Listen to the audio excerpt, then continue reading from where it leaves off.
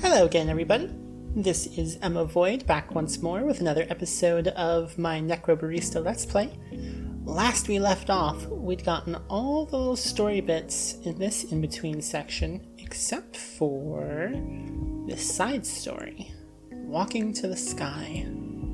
So let's go ahead and give that a shot, shall we? Oh, actual proper side story and everything. This must be the moody teen we read about.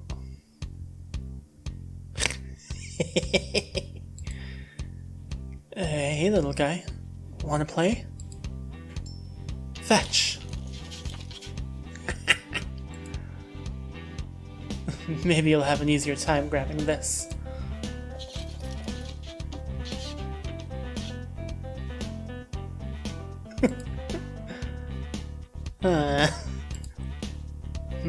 What else do we have here?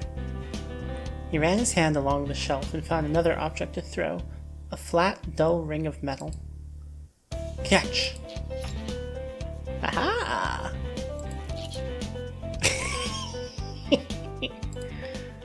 The bot took its prize and left. Dun dun dun. Oh! Hey! She quickly broke eye contact, and her eyes started scanning the floor as if she was looking for something. Tuan, not wanting to bother the girl, turned back to the shelf. She had clearly come upstairs looking for something, and it wasn't a conversation with him. Still, she seemed interesting, and he kind of wanted to talk to her. But then again, she wasn't taking the initiative, so neither was he. Her attention was directed towards the floor, not him. So he was surprised to hear her voice again. Hey. Yeah? I was just wondering, did you happen to see a ring here? A ring? Like a... Oh, like a ring. Yeah, I'm pretty sure I took it off and left it here somewhere. No, I don't think I remember seeing a ring that looked like that. She hadn't actually described the ring to him, he realized. Good job. Are you sure? It's just a simple metal band, no fancy etchings or anything. A metal band? Not like a Metallica kind of metal band, but, you know, like a piece of jewelry. Tuan suppressed an urge to get into a well-actually argument about heavy rock versus metal and which side of the divide Metallica fell on. Dude, come on! You mean just a metal ring? Yes, I'm looking for a metal ring that looks like a metal ring. Kind of like a washer, right? But smooth? I guess? Tuan's blood ran cold as he recalled the object he'd happily surrendered to the robot just minutes earlier. Yeah, I think I saw something like that. There was a, little bot up here playing with some metal objects just before. One of them looked kind of like a ring. Oh, great. Is it... Oh, you don't need to... It's no problem. I could swear it was right around here. It wasn't. Sorry, I think it may have run off with it. Oh, you don't need to apologize. I mean, it's not like it was your fault, right? Yeah. He mentally cringed at the way he said haha instead of laughing like a normal person. Ha ha ha ha. Amazing. Well, thanks for checking. I'm going to go see if I can find that bot. Awkward. It's me. Oh? I'm sorry? I mean, it's me that's going to help you find that ring. Oh, that's really not necessary. Tuan couldn't tell whether she simply didn't want to impose or whether she really thought she didn't need his help. He decided to shoot a shot. I've got nothing better to do. And I know this place pretty well. You're new here, right? Let me lend you my limited knowledge of how this cafe is laid out. If it's not imposition, I'm happy to help. To be honest, she was imposing a little. Then again, this situation was mostly his fault. Well, cool. I appreciate it. I don't think I got your name, by the way. I'm Tuan. I'm Hannah.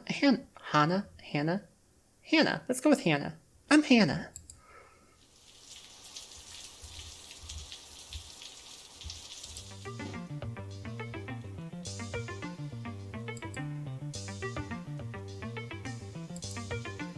So, does this ring of yours have any special significance?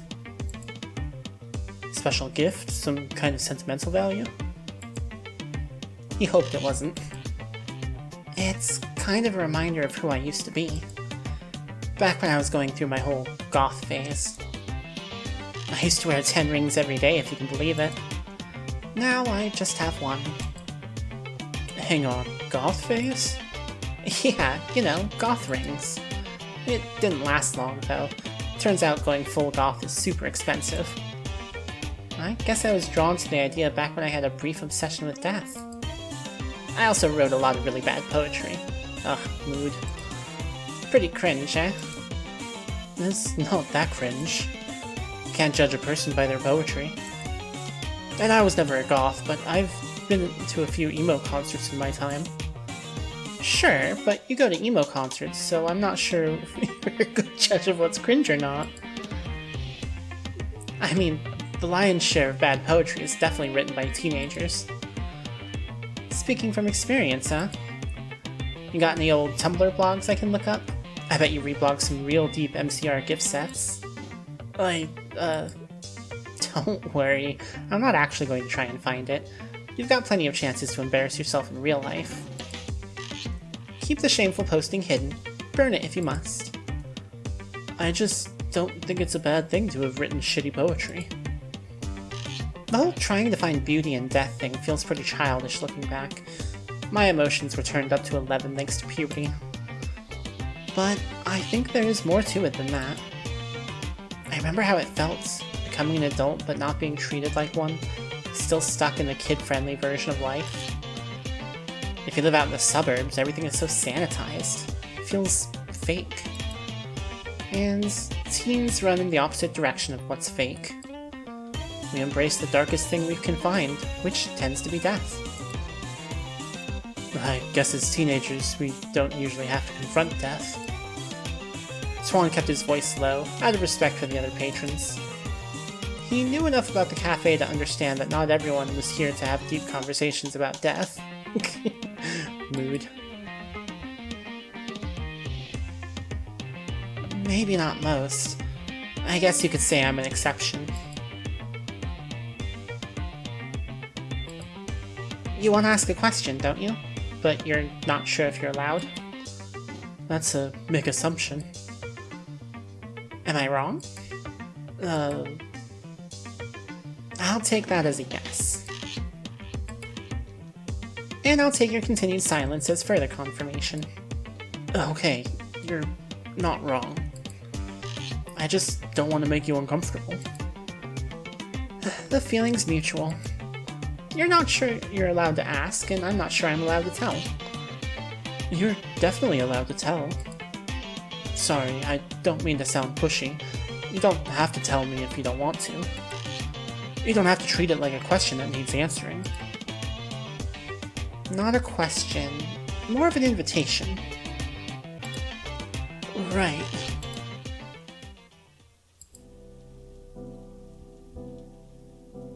My mom was diagnosed with leukemia when I was 13. My father typically vanished as soon as he found out. Oof, that's rough. I spent the next year dealing with crippling abandonment issues. I can say words, I swear. Not to mention the constant dread.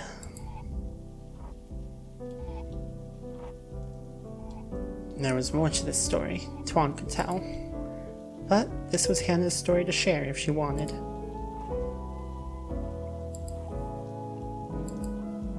That's heavy. Thanks for trusting me with it. It was a dark time. But that stuff's all buried deep in the past now, never to be seen by anyone else ever again. Unless you count my old Tumblr, which I forgot the password to, so I guess that'll be out there forever. A monument to my shame. I think you can send a takedown request. The site has to honor it. They send a message to the blog, and if it doesn't respond, away it goes. I wasn't really looking for a solution to that problem. But your advice sounds pretty useful, actually. I might give it a shot. I'm really good at offering unsolicited assistance.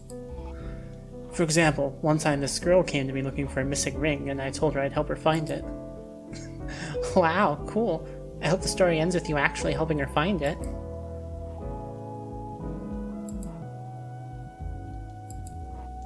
I don't actually remember how the story ended. But I think the big plot twist happened when we decided to study the bookshelf. Like, the bookshelf we're standing in front of? Just so. Dun dun dun. Can we stop now? I appreciate the commitment to the bit, but the ring's not here. The bookshelves had a few nooks and crannies a bot could hide in, or hide a ring in. Are you sure it's okay to move stuff around like that? It'll be fine, as long as you don't sneeze. Is it really that fragile? Oh, yes. The shoebox ROG is not a plane known for its sturdiness. I'm sorry, I'm not sure I caught that. What's this thing called? The shoebox ROG, short for Rise Off Ground. It's a classic, capable of self-sustained indoor flight for up to 40 seconds. Don't tell me you know every model on these shelves. Nope, just the balsa wood airplanes. When did you become such an expert? Summer camp. I guess preteen boys just find that kind of stuff fascinating. I sure did, and I'll carry that obsession to the grave. There I was, worried I'd missed out on something important by never going to summer camp. Actually, you kinda did. I'm sure that the physics of a rubber band-powered airplane... No, I mean, like, the other stuff. I'm not a big fan of archery or netball either. You really think people remember summer camp because they got to play with bows and arrows? I always figured learning how to fish or shoot an arrow was meant to be some kind of delightful experience. Sadly, it's something I never got to enjoy. The bows and arrows are probably the least interesting part of the archery station. The fun part is going to the archery station during your free time, running into a friend and saying, "Hey, I haven't seen you since breakfast." Breakfast is a really important part of the summer camp experience, huh? Well, yeah, it kind of is. We're all sharing breakfast at the same time in the same hall. You get to see everyone. To think I could have been inviting my friends to breakfast this whole time. If only we'd arranged to meet at an archery station. The arranging is the part that misses the magic. It's, serendipity. That's the good bit. Right. So you go to summer camp to have serendipitous encounters with your friends. No, I didn't know anyone the first time I went. Then how did you serendipitously encounter all these friends? You kind of just make friends while you're there. Sounds like hard work starting from square one. Actually, it's not. Crammed all together at summer camp, you fall into friendships like it's natural. You meet loads of other kids, spend every waking moment with them, and then never see them again. And that's fun? Knowing that you'll lose these friends when you eventually leave? Yeah. When you've only got a little time together, you really go all out on making the most of that time. Anyway, doesn't look like the ring's here either. Good news is, there's still plenty more ground to cover. That's good news? I'd prefer if our search radius were a bit smaller. It'd be worse if we didn't have more places to look, right? If it's not here, no need to keep digging around.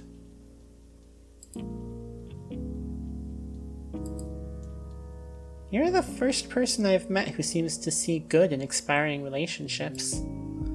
I think part of me is afraid that all of mine are temporary. And the opposite of that is much worse.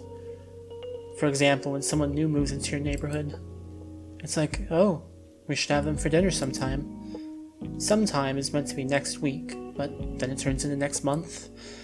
And you keep putting it off until eventually you spent years living next door to people you know nothing about.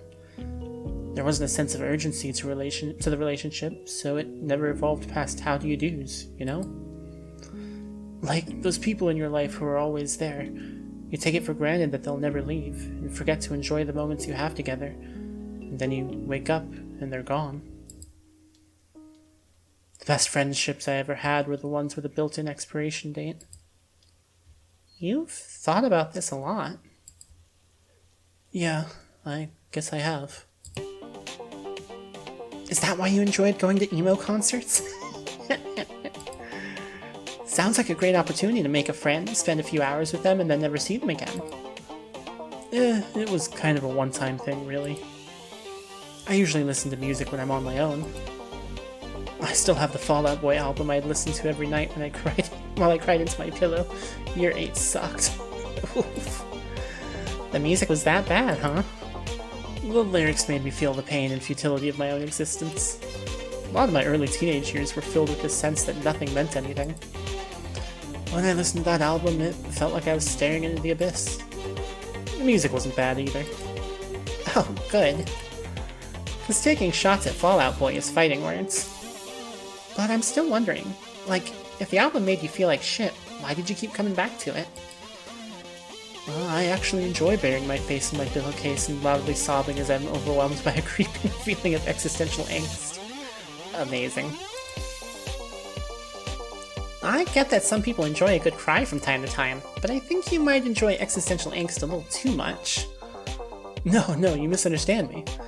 I said I enjoy burying my face in my pillowcase and loudly sobbing as I'm overwhelmed by a creeping feeling of existential angst. That's the name of the third track on the album. I genuinely can't tell if you're lying or not. Lying or simply bullshitting.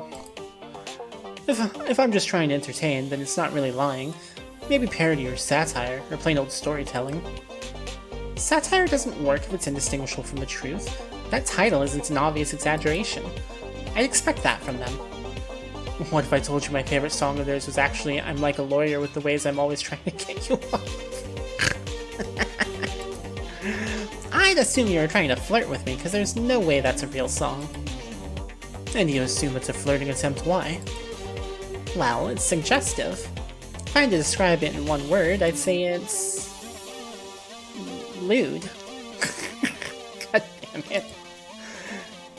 And if I told you my favorite Fall Out Boy song was Bang the Doldrums? Crude. I've got a dark alley and a bad idea that says you should shut your mouth. Rude. This ain't a scene, it's an arms race. Feud. Oh my god. Our lawyers made us change the name of this song so we wouldn't get sued.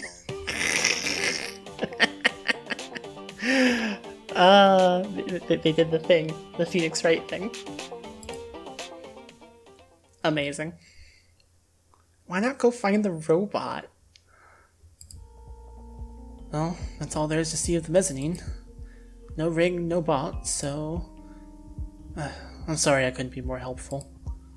Don't be silly. You helped me check all the little nooks and crannies. And besides, you kept me company. Frustrated searching becomes a heck of a lot more enjoyable when you're hanging out with an alright guy. Huh. Nice. Could be, yeah.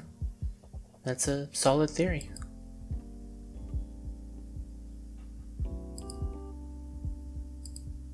You gonna come with, or are we done looking for now?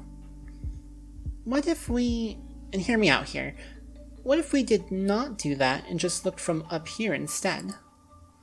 I've done enough walking for now. You wanna sit down? Nah, sitting's overrated. I'm really into leaning against things. It's the new hip thing. You're terrible. Yeah. This place is pretty cool. It's alright. Interesting crowd down there. All types. Which of course means you've got that one guy sporting the blazer hoodie combo. Like, hey, look at me, I'm so cool, but also super chill. Wow, you're one of those guys, huh? Oh, I'm sorry, did I just dunk on your fashion paramour? Nah, those kinds of guys can be real douchebags. But what if he wasn't? He wouldn't be wearing the blazer hoodie combo? Oh no, the blazer hoodie combo is something he has a deep sentimental attachment to. His father left it when he was young, leaving him only his grandfather to look up to as a father figure. When his grandfather tragically passed, Blazer Hoodie's older brother took that place. He loved his older brother, who ran track and was the coolest jock in town. The blazer was all he had left of his grandfather, and the hoodie was his brother's last gift before heading interstate for uni. But his brother was killed in a sudden car compactor accident that winter. Car compactor accident? He never came home from uni. So whenever our boy finds himself feeling lonely, he puts on his grandpa's blazer and his brother's hoodie, and he goes out to drink to their memory. Have you been waiting to use that this whole time? Nah, I just like to think about people's inner lives. It's what I do on the tram. When everyone else is buried in their phones, I'm people watching. Damn. Only way I can get myself out of the house is by telling myself, nobody's watching, nobody cares, they're all in their own little worlds. And you? You have ruined my day, you brigand. I'll never walk free again. They don't see you. They see whatever they want to project onto you. That guy down there? Maybe he is just a douchebag. All we have are our theories. And those reveal more about us than anyone else, don't you think? I've never thought a day in my life, and I don't intend on starting now. Clearly. Look, it's easy to play on stereotypes, saying that guy dresses like a wanker, but where's the fun in that? People aren't always what they seem. I like coming up with dark and macabre backstories, just the worst stuff. Darker than the one you just told? Yeah, but don't worry about it. Come on, you wanna. No, I'm not going to. Sorry, it's one of my rules. Some people find healing in sharing dark thoughts, but I don't think I'm great at gauging what's good for me when sharing. I end up oversharing, and then I spiral and spiral until I'm in a bad place. So, no stories for tonight. Are you wondering if you're allowed to tell? Because I think we're at the point where you shouldn't have to wait for me to ask. My rule isn't to protect the audience, it's to protect me. And buddy, we're still at the point where there are still questions I'm not going to answer.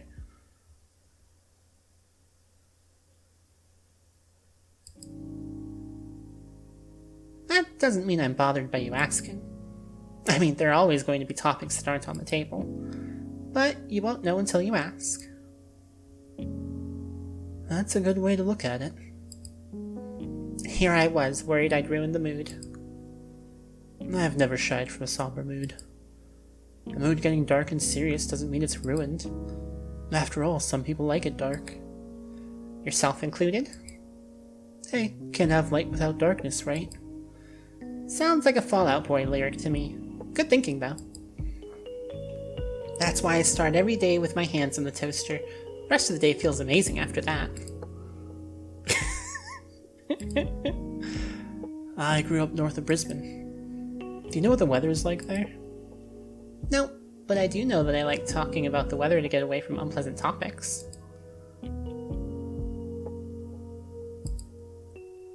It's downright tropical. Not a bad day in sight. Good weather all year round. Stormy days don't exist for the purposes of this conversation. But some days it'd be bloody gorgeous out. I'd go for a walk and see nobody out. Just a total ghost town. Sounds like a lame place to live. Yeah, kinda. Thing is, without bad weather, there are no good days. Every day is the same. It's boring. But here in Melbourne, nobody squanders a good day. After winter, we're clawing at the walls for a hint of sunshine.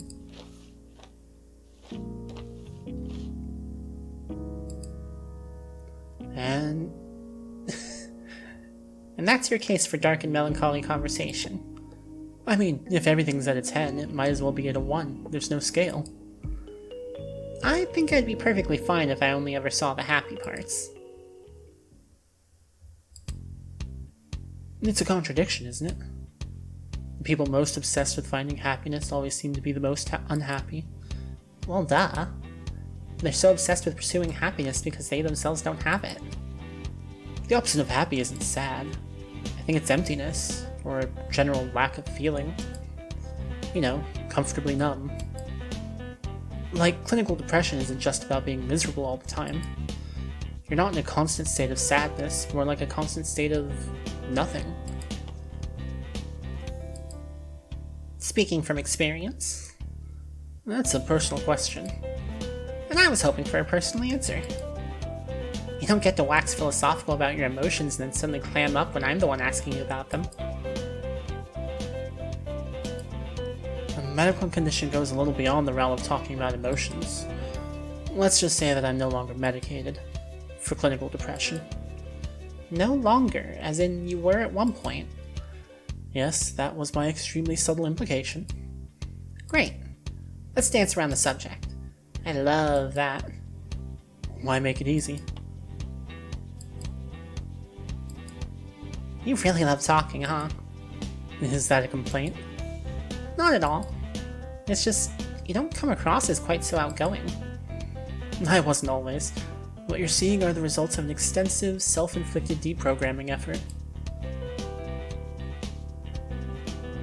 That's funny. I guess I can kind of see it, but I didn't want to assume, given that you're... It's okay. You could say Asian. If trying to deduce my childhood based on stereotypes of second-generation Asian kids, you're not far off. Growing up in a household where being well-behaved was synonymous with being quiet and out of the way, you tend to end up really meek.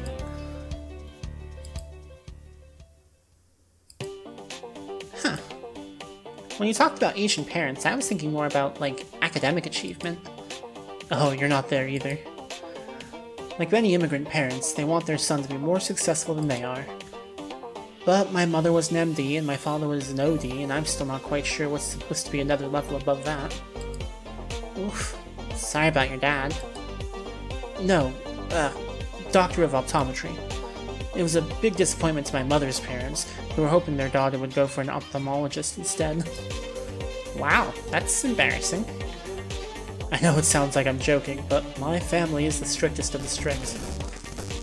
Like, graduate second in your class, then you have your mother tell you at graduation that you could have been first if you hit the books a bit harder level strict. Dang. Walking talking stereotypes. How dare they? My mom never dropped that shit on me. On our drives to her chemotherapy. Whoops. Woof. I can't beat that. What, you mean you don't want to spend the day dwelling on the worst moments of your life? Come on, dredging up childhood traumas is everyone's favorite hobby. Where's your sense of the macabre? Usually I have to pay to dredge up my childhood traumas with someone. Alright, I accept cash, card, and signed photos of Brendan Urie. Alternatively, we can just talk about happy things instead. How do you like cats? All cats are bastards. Agreed. So much for happy thoughts. But they are happy thoughts. Cats may hate me, and I may hate them, but I like looking at them.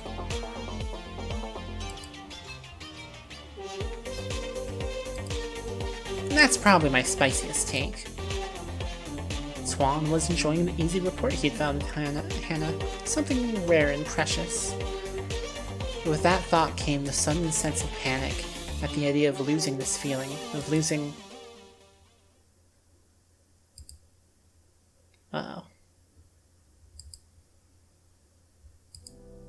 Are you okay? Yeah, I'm fine.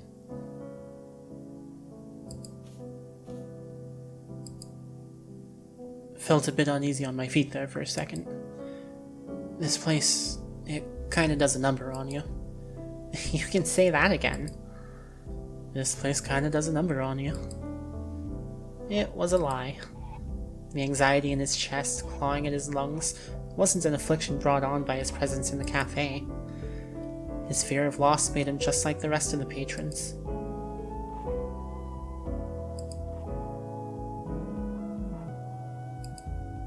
I'm sorry I've wasted so much of your time. What? You don't have to apologize for that.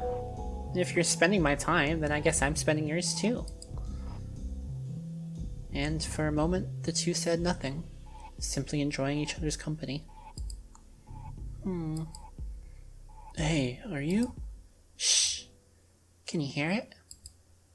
Hear it?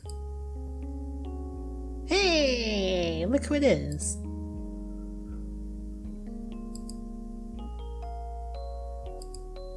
Is this your ring? That's the one. Nice. Great.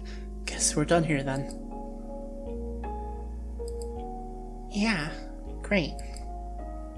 I'll, see you around. Sure. See you around.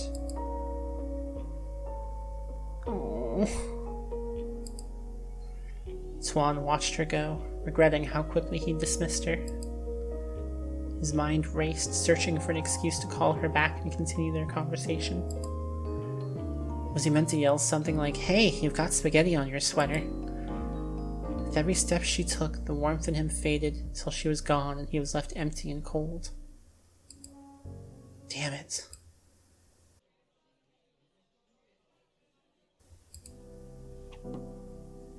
Tuan loved darts. People were hard to understand, but a dartboard was simple. Circles and squares and a sharp little missile thrown barehanded by him, a self-proclaimed dartist. He'd honed his skills on school nights, while his parents were too engrossed in their work to pay attention to him. It was a relatively quiet game when played skillfully, so it never made enough sound to draw their ire. What had started as a distraction was now a secret love. Secret because what self-respecting teenager played darts? But he was not a self-respecting teenager. Not in the slightest. Yo. Hey, I haven't seen you since breakfast. Oh, hey. You know that would only make sense if we'd actually had breakfast together, right? Shut up. You some kind of chain-smoking darts hustler? I wish. So you're not gonna teach me how to play?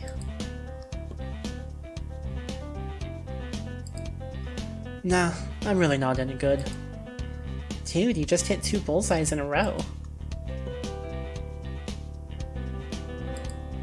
Yeah, that's the problem. Each segment of the board is worth a different number of points. You start with a fixed number of points, usually 501 or 301, and then you throw darts and deduct the amounts from your number. And the trick is... Wow, all my interest is gone, instantly. How'd you get so good at that? Practice. That's the full extent of my darts knowledge anyway, so you're not missing out on anything. And besides, there are far more interesting things around here than this dartboard. More interesting than a dartboard. This day just gets better and better. Then follow me. Where are we off to? What is it they say? Show, don't tell? Ha.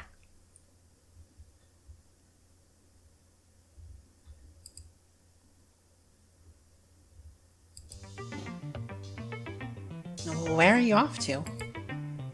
This isn't our final destination. I have something cooler to show you.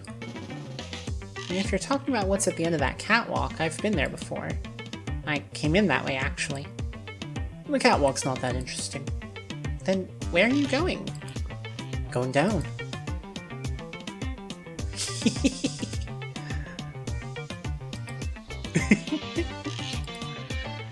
You think you're funny?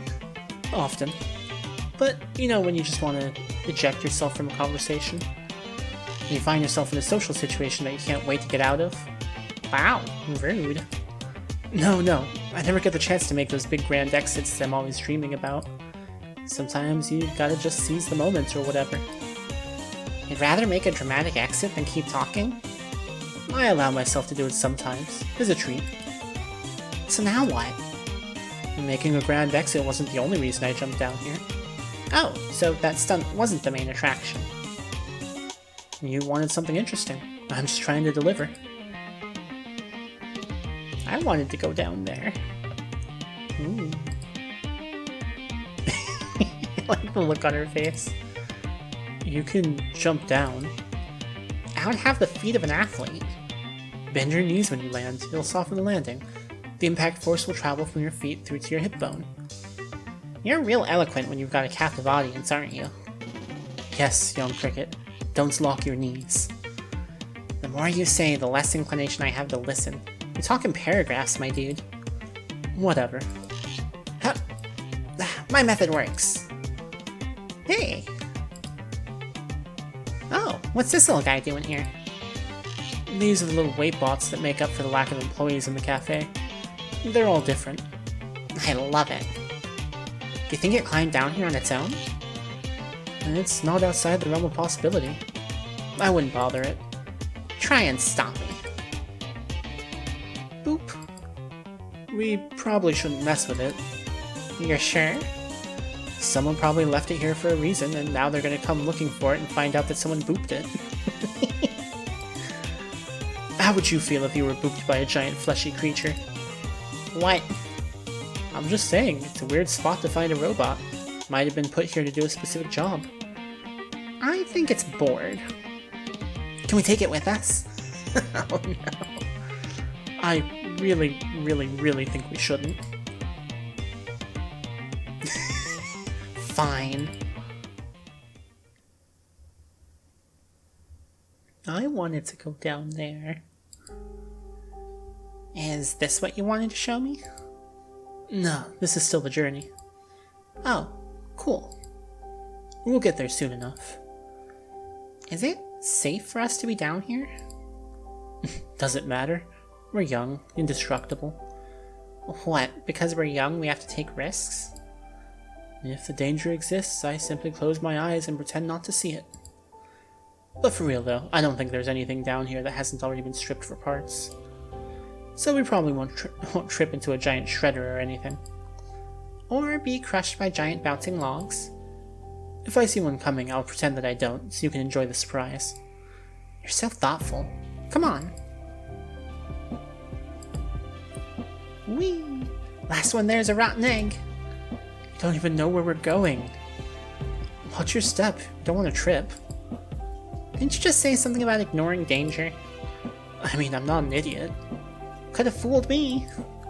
Rude. Actually, given the amount of jagged, rusty metal I'm seeing around here, we should probably be at least a little careful. Anna?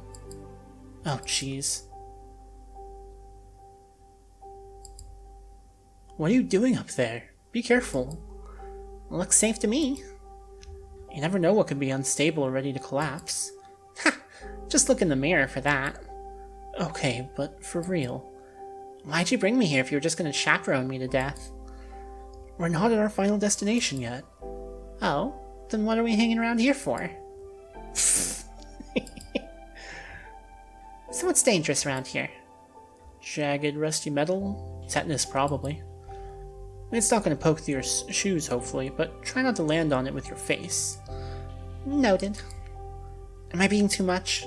I should note at this point that I'm very bad at evaluating risk. Wow, really? Shouldn't have followed you down here. I'm gonna have double tetanus by the time we leave. Not aiming for triple tetanus? I try to keep my expectations modest.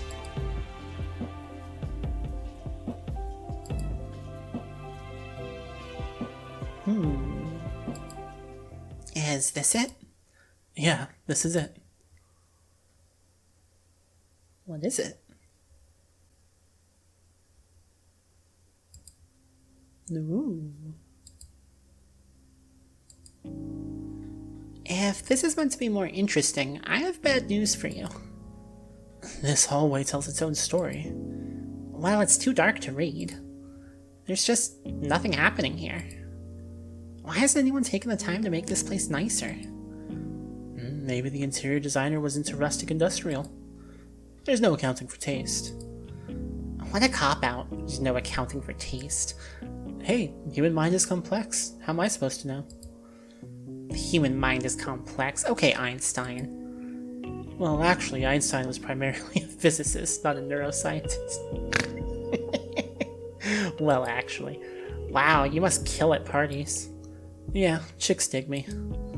I guess I can see it.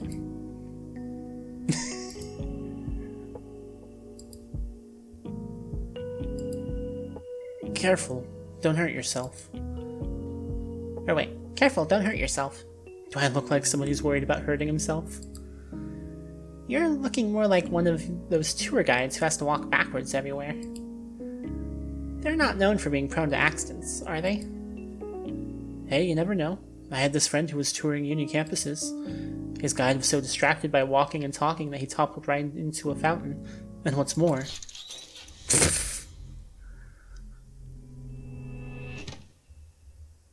Bonk.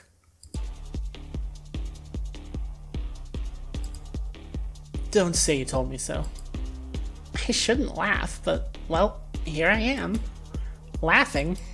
At you. Great job, little buddy. Can I pet this one? Yeah, I guess. Uh-oh.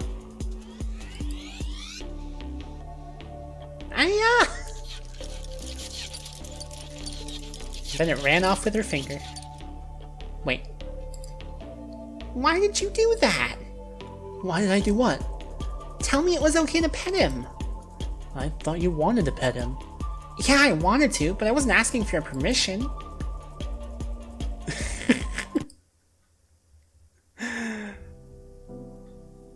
You just seemed really bothered when I said not to touch them. The other times, I mean. I didn't need your permission. I was asking your opinion. You know, since you seem to be such an expert on this place. Like, hey, any risk associated with what I'm about to do? Help me make an informed decision? So imagine my utter shock when I actually listen to you for once and literally get bitten for my troubles. I'm sorry. Are you okay? I'm fine. I'm fine. I didn't want to disappoint you by saying it would be a bad idea. Stop being a coward. Tell me what you think, not what you think I want to hear. I'm sorry. You're forgiven. But that little milk bottle shit isn't. Pinching bastard. Hey, that little milk bottle shit tripped me first. Yeah, and it was hilarious.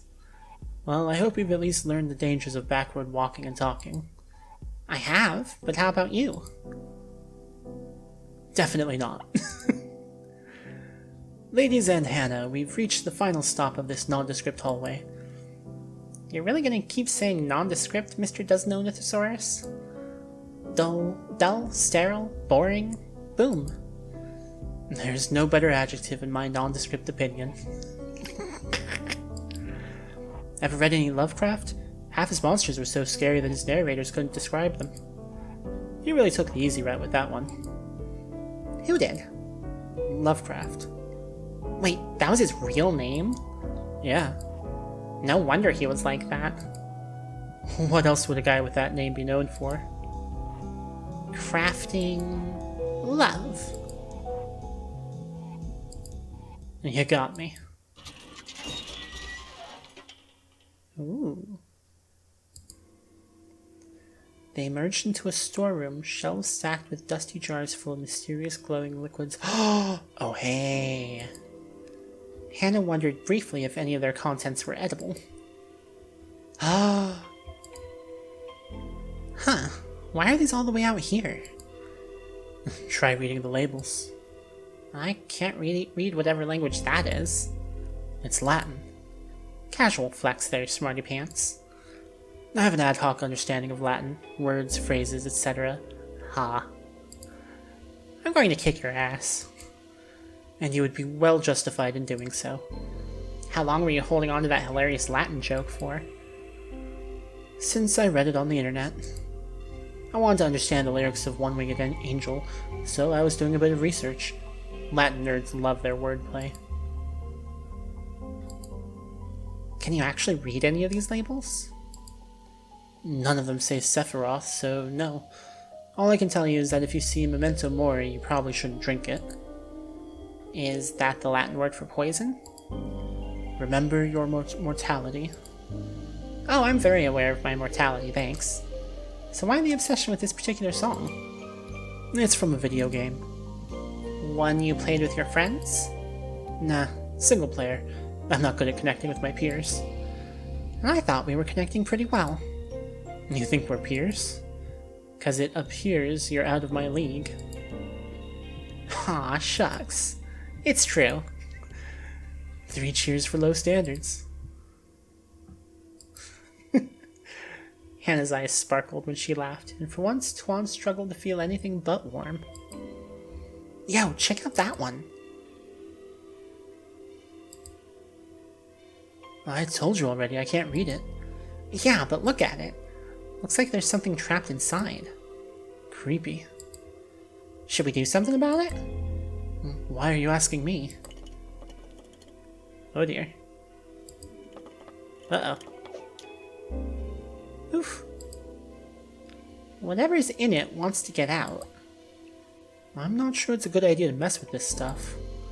What if it's a genie or something? Oh no, is that the sound of impending litigation? I guess I can't stop you either way. Oh. Thank you. A warm glow suffused them both, then in a heartbeat was gone. Did you hear that? I think so. Do you think we did something we shouldn't have? We? 2 hands touched that jar and they were both yours. You were at least an accomplice. I get the feeling we unleashed something. I got that impression as well. Was it a mistake? It was gonna shatter on the ground anyway. I don't really think we changed the outcome of the situation. Well, even if we did set an evil spirit free, I'm glad we came here. I'm glad we came here too. You ever get that feeling like you're already committed to a decision, but you're not yet sure if it'll lead to something great or something painful? Are we still talking about the jar? Yes, definitely. Let's get a move on.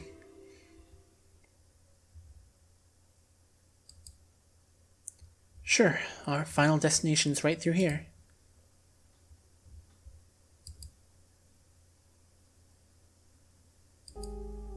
Oh. Oh. Tuan's heartbeat thundered in his ears.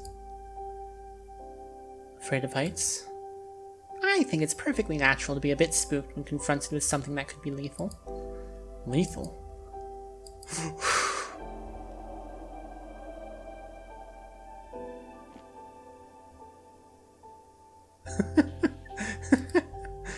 Nothing to be afraid of. Scared me for a sec there, hotshot. Oh yeah? You felt an absence when she withdrew her hand. When I thought to myself, I hope he's falling for me, this isn't exactly what I had in mind. But that doesn't seem pleasant. The fall, I mean. Why jump if you don't have to? The gut-wrenching fear only lasts a few seconds. You get used to it. I can only imagine. What I want to know is why you felt compelled to do it in the first place. I just wanted to feel something. Sometimes horror movies just aren't enough. I get it. Yeah, it's just, like I said earlier, better to feel something than nothing sometimes. Is that downtown? I think so. But I don't really catch the train into town that often. I don't recognize anything specific, but the Yara's there, so the rest of the city must be too. Reckon anyone can see us from down there? Dunno. The city looks so different from up here. Yeah. It feels lived in. Most cities do. That's why they're cities. People live there. But some cities just seem sterile, Housing estates and golf courses and toll roads on a grid, everyone commuting to their office job in a skyscraper that's the same as all the other ones. This one's pretty to look at. Is it safe to sit there? Look, if I can step off this platform, it would be crazy for me to be shy about letting my legs... It'd be crazy for me to be shy about letting my legs dangle over the edge, yeah. Sitting here like this reminded Tuan of being 7 and swinging his legs daringly over a balcony's edge with his friends. They got yelled at for it because it was dangerous, but the association stuck. It had been a long time since he'd felt so carefree. At a glance, Melbourne's sprawl seemed vivid and meticulously detailed, but the more he tried to pick out individual features, the more his vision blurred. From up here, everything ran together like unmixed paint. Everything was just an indistinct part of a larger whole. I thought I'd be able to see my house from here, but I can't. Actually, I can't recognize anything. I know it's Melbourne, but it feels like a dream. Do you think we're dreaming? I think I might be. You could be a figment of my imagination. Ha! I was thinking it was the other way around. I suppose it's all about perspective. Considering how many dreams end with the sensation of falling, this is certainly an appropriate place for it to end. I don't really want it to. Me neither. Aww. If you just brought me here for us to stare longingly into each other's eyes, we could have just stayed down at the cafe. I'm just enjoying the view. Very funny. So, when are you going to hurry up and make a move? Aww. Cute. What took you so long? Far easier to say something clever than to say something sincere.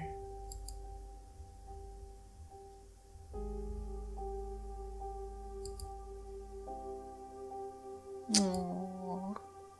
Cute.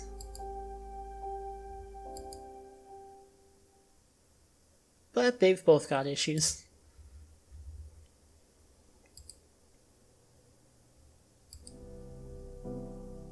Oof. Dang, she scooted pretty far pretty quick. I lied to you earlier. About what? Remember when I told you about my mom's leukemia diagnosis? How I was 13 years old and my dad left us because of it? Yeah, I remember. It wasn't the whole truth. She wasn't the one who got the diagnosis. This hair isn't mine. 6 months of chemo wasn't kind to me. I felt like a fraud every time I wore someone else's hair, so I bought this from a costume shop. If I was gonna lie to the world about having hair, it might as well be something dazzling. Can you say something? Please? I guess it's not a surprise. You only make fun of people when it's trivial stuff. When you started cracking wise about cancer, I started getting the inkling that it wasn't about someone else. That obvious, huh? Not at first. But I feel like I've gotten to know you well enough by now. You interrupted something. Yeah. I was going to... I know. If you still want to, Sorry. Mood's dead. My fault. Need to reset the scene. How about we go for a walk? I think that'd help.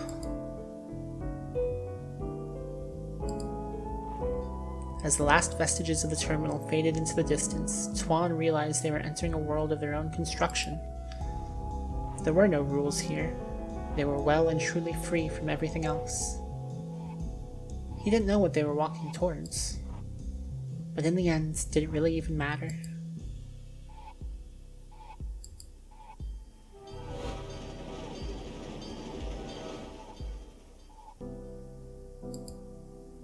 For a fleeting moment, Tuan felt oddly at peace despite everything. Hannah had trusted him with her true self. But with affirmation came fear. Fear of what came next, of the moments after that and the one after that. He closed his eyes, suddenly finding it hard to breathe. Hannah's gentle touch on his back pulled him back into reality. Are you okay? I'm fine. It's just an anxiety attack. Don't worry about me. Just? Was it the height? From sitting on the edge? No, they never happen when I'm there. Never. It's only when everything's fine. When everything's safe. Because when everything's good, I know it only takes one bad moment to bring the whole house of cards crashing down. Was it what I said before? Not what you said. What I didn't say. What didn't you say?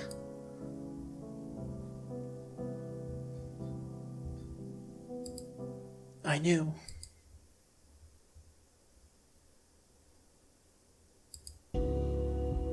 I've known cosplayers. I can recognize a good wig. You knew? Yes. I wouldn't have had the courage to keep talking to you otherwise. The best friendships I ever had were the ones with a built-in expiration date. Yeah, okay. I think I get it now. All Tuan saw in her eyes was betrayal.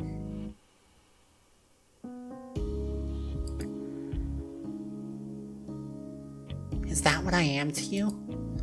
A girl with an expiration date? It's not you, it's me.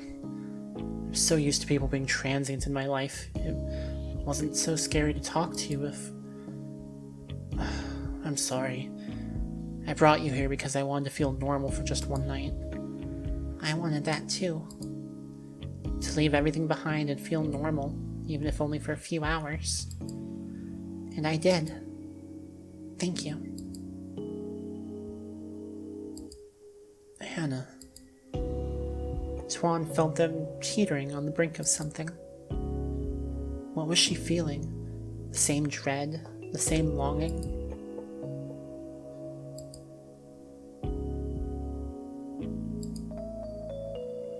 Tuan felt Hannah shaking in his arms, hot tears soaking through the fabric of his shirt. But not just her tears. He realized he was crying with her. Tuan wished a train would pull up to the platform to whisk them away so they'd never have to return home. He knew Hannah felt the same way. But that's not how life worked. Are you ready? As long as it's with you. Just don't let go. They're gonna jump off the edge to teleport back to the place they came in. That seems like a terrible idea. I don't trust this in the slightest. Hannah's fingers dug into his skin in the first terrifying seconds. He couldn't blame her. Upside down, falling like a rock towards the center of Melbourne, Tuan saw something new in Hannah's eyes. Oh, that's spooky. Okay, so I guess it didn't take them back, but still. It seemed as though the wind had stolen their words, leaving only silence.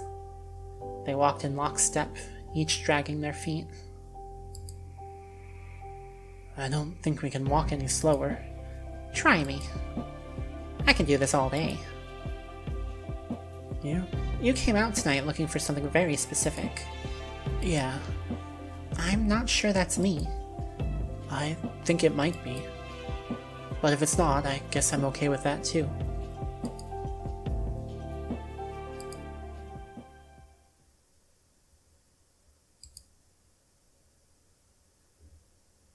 At first glance, Tuan had thought the shelves of jars were just thrown together afterthoughts, nothing more than a forgotten mess. But now he realized that each jar seemed perfectly created for its contents, as if they were made for each other. Hannah seemed far away, perhaps also thinking of the jars. Or perhaps of something else entirely. You think I'm carrying around a lot of pain, don't you? Hard not to after all this. But it's not you. I've been thinking about myself.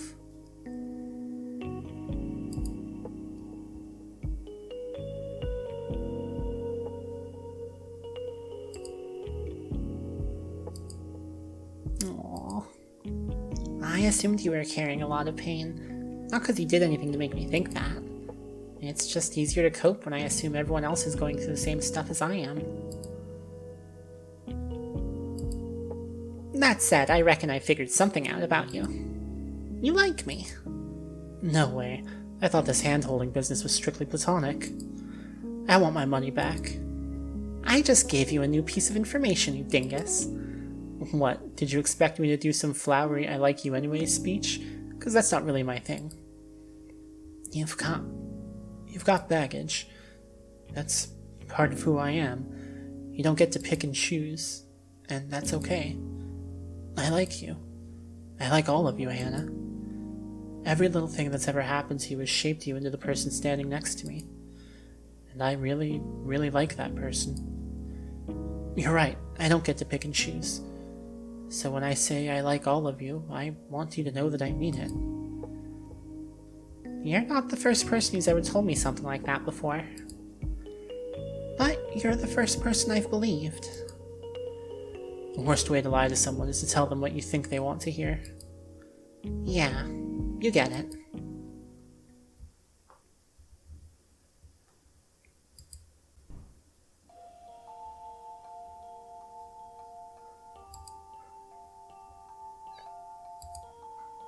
Are you ready to do this?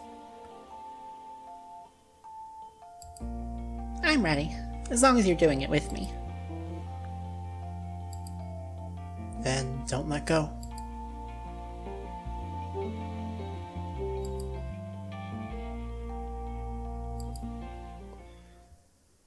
Tuan waited for the moment he knew was coming, for Hannah's form to fade as all spirits did upon leaving the terminal.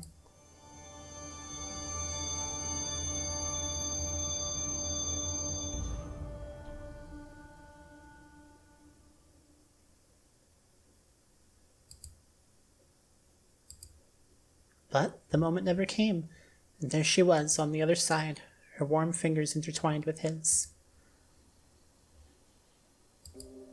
Are you... I'm still here. I go in for my last round of chemo tomorrow. So you're gonna hurry up and kiss me already? Aww, cute.